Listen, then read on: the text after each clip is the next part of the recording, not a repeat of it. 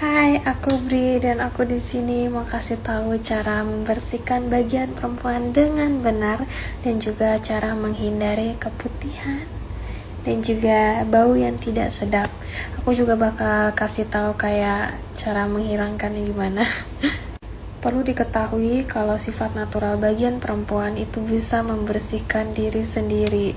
Jadi untuk membersihkan bagian luarnya itu bisa pakai air. Itu sudah cukup banget. Jadi jangan pernah pakai sampo, sabun mandi. Itu jangan pernah karena itu bisa ngerusak pH balance-nya. Dan personally, maaf banget untuk pengguna, aku tidak merekomendasiin pakai sabun cuci khusus untuk bagian perempuan itu. Kenapa?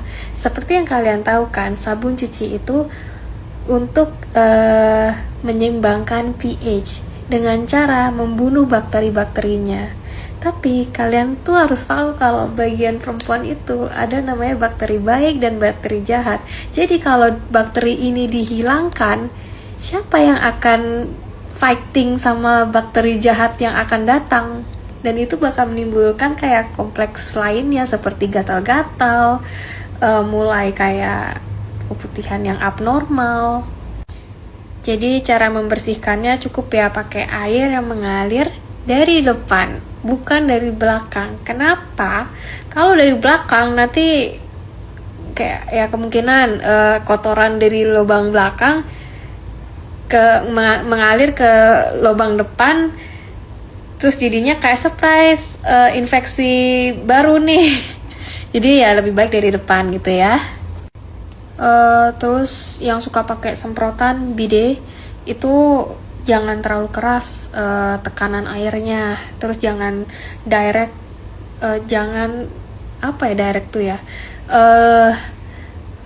langsung ke tempat situnya ya, aku nggak tahu cara jelasin gimana ya, jangan ya ke tempat situnya deh. Jadi jangan pakai tekanan yang tinggi dan jangan yang langsung gitu karena nanti bakal pH-nya bakal jadi kayak berantakan dan dari situ jadi muncul komplikasi lainnya. Jadi cara membersihkannya kan udah tahu, sekarang aku mau kasih tambahan cara menghindarinya juga. Minum yang cukup. Siapa yang belum minum sekarang? Minum nggak kamu sekarang? Minum ya, yang banyak. Oke. Kenapa harus minum yang banyak? Biar kalian tidak kena UTI, infeksi saluran kemih. Jadi tanda-tandanya seperti apa? Kayak nggak bisa nahan, terus kayak dikit-dikit buang air kecil, terus kadang sakit, terus sakit bagian bawah perutnya itu, terus kayak yang paling sering nih itu kayak bau yang nggak sedap. Tahu nggak sih kayak toilet yang umum yang baunya tuh kayak bau apek banget. Nah itu orang kena UTI, itu baunya kayak gitu tuh. Ya jadi minum yang cukup. Cara menghindarinya juga sama kayak cara membersihkannya itu kayak gimana yang baik dan benar. Nah itu lakukan seperti itu dan kalian tidak akan kena UTI. Oke, tambahan setelah berhubungan badan itu biasain buang air kecil, itu juga membantu ya. Aku mau kasih tahu obatnya, cuman yang ku tahu ya kalau komplikasinya beda itu obatnya juga beda. Jadi kalau kalian punya UTI yang seperti tadi aku sebutin, cek ke dokter ya dan minta obatnya ke dokter. Jangan malu, kayak nggak apa-apa kok. UTI disebabkan bukan dari berhubungan badan doang, dari kalian kayak ya banyak sebab lah. Kurang minum seperti yang aku kasih tahu tadi ya, itu bisa menyebabkan UTI juga. Jadi jangan malu. Bisa cek ke dokter dan ya kalian bisa minta obatnya ke dokter karena dokter lebih tahu dan paham akan perihal ini dibanding aku yang bukan siapa-siapa. Beli baru dan buang dalaman 6 bulan sekali.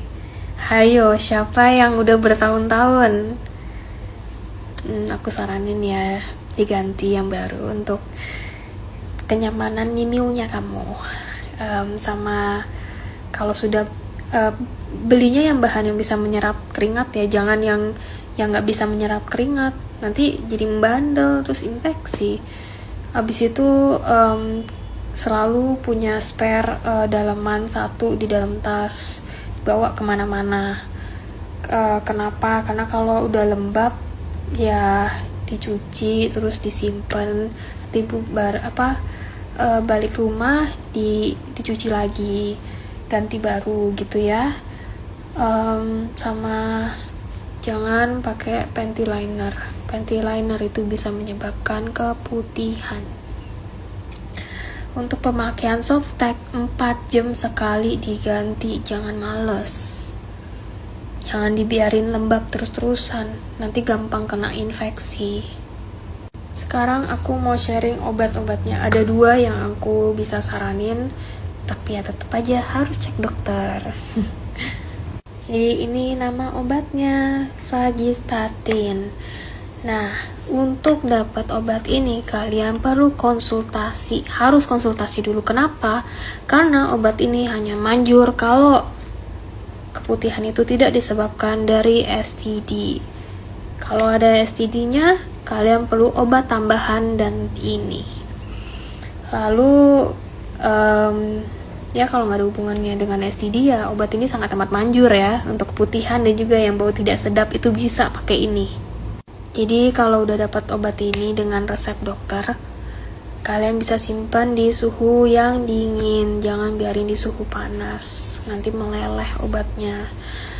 Ya, terus cara pemakaiannya 1 kali sehari dan dianjurkan sebelum tidur kalau bisa. Kalau ingat ya sebelum tidur kalau bisa.